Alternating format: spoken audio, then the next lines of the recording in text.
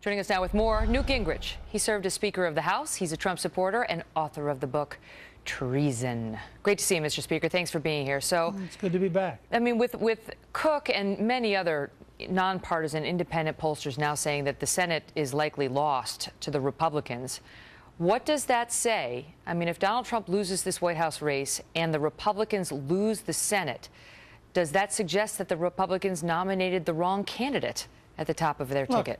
The next 2 weeks are a contest of two parallel universes. I just listened to that report. First of all, I used to hang out with Charlie Cook when he would explain that Donald Trump was hopeless and would not get the nomination. I like Charlie. That doesn't mean he's infallible. But let's take the report we just got. Republicans are actually outvoting Democrats in Florida.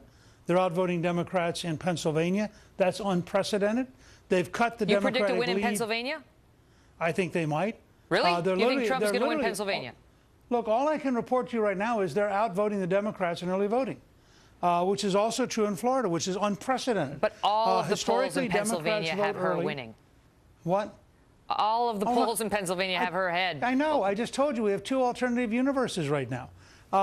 In Iowa, for example, the Democrats are 50,000 votes behind where they were with Barack Obama in turnout. The governor is very confident we're going to carry Iowa, which Obama carried last time. I could just carry you through case after case like this. In Minnesota, we're almost certainly going to win the congressional seat up around Duluth, which is a very Democratic area, but it deeply dislikes Hillary Clinton.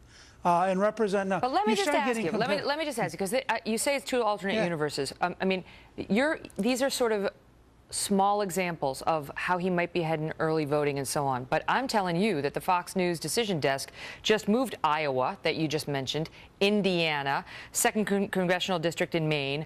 All of them moved left, moved more likely to vote for Hillary Clinton. And in fact, all of the moves that have been on this map over the past 3 weeks by Larry Sabato, by Cook, by the Fox News decision desks, these are nonpartisan outlets that are just trying to call the electoral scoreboard. They're not nonpartisan scoreboard. outlets. Every outlet you described is part of the establishment. Fox News, really? Are we? I don't think so. Oh, and come on. Every state they've moved it to the left, towards Hillary.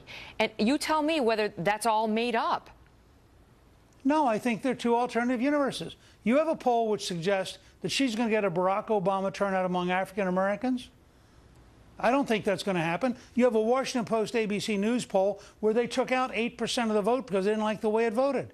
Look, I've been around long enough. I remember when the Detroit Liberal newspaper on the Sunday before the election said John Engler would lose by 14 points. He won the governorship that year.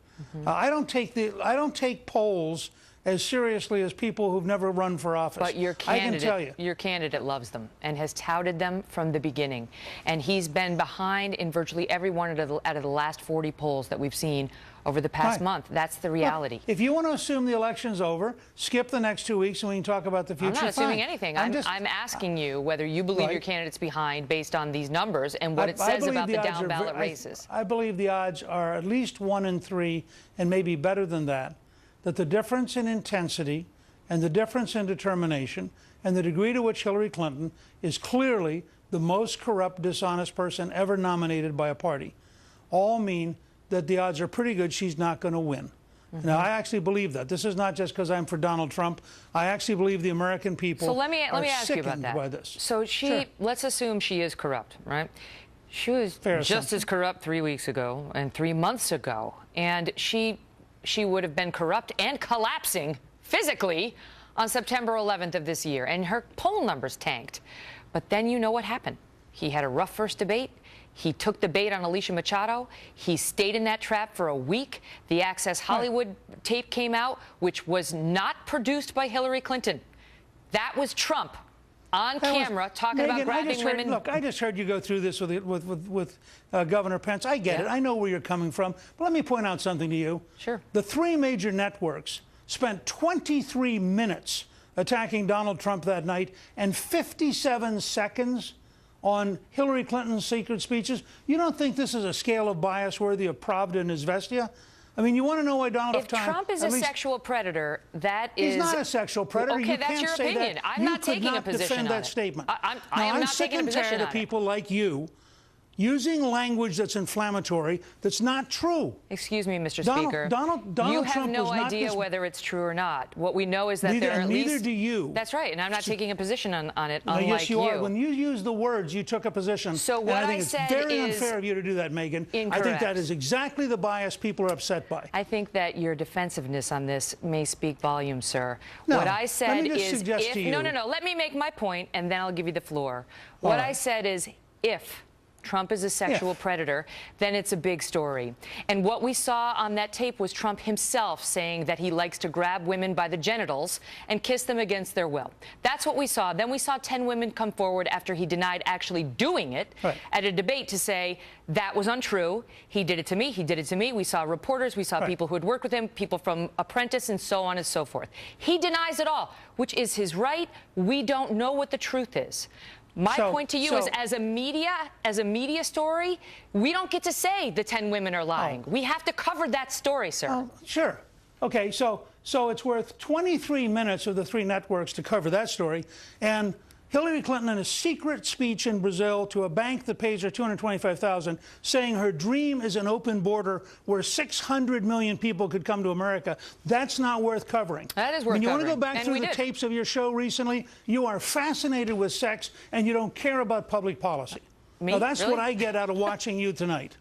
You know what, Mr. Speaker? I'm not fascinated by sex, but I am fascinated by the protection of women and understanding what we're getting in the Oval Office. And I think the American voters would like to know. And therefore, we're going to send Bill Clinton back to the East Wing because, after all, you are worried about sexual predators. Yeah, listen, it's not about me. It's about the women and men of America. And the poll numbers show us that the women of America in particular are very concerned about these allegations and in large part believe that they are a real issue.